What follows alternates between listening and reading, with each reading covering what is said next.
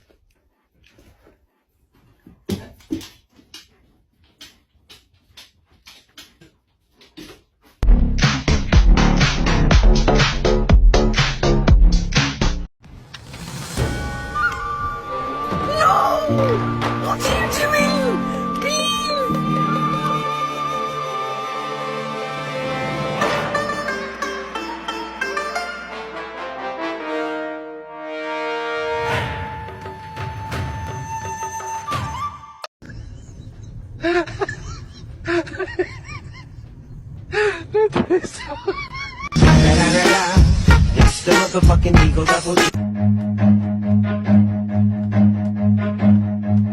Run.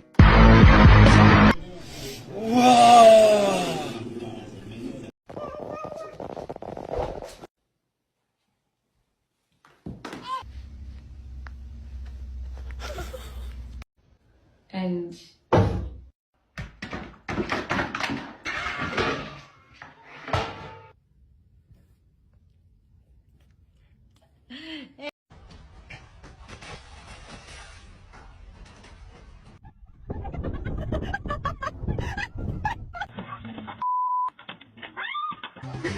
God damn it.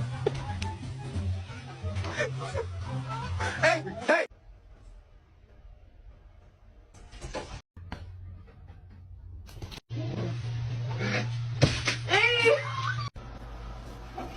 Oh.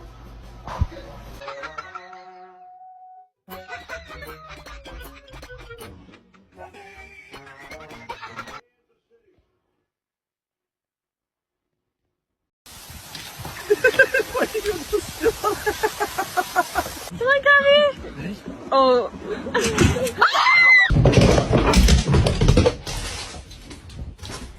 I know, I feel really guilty.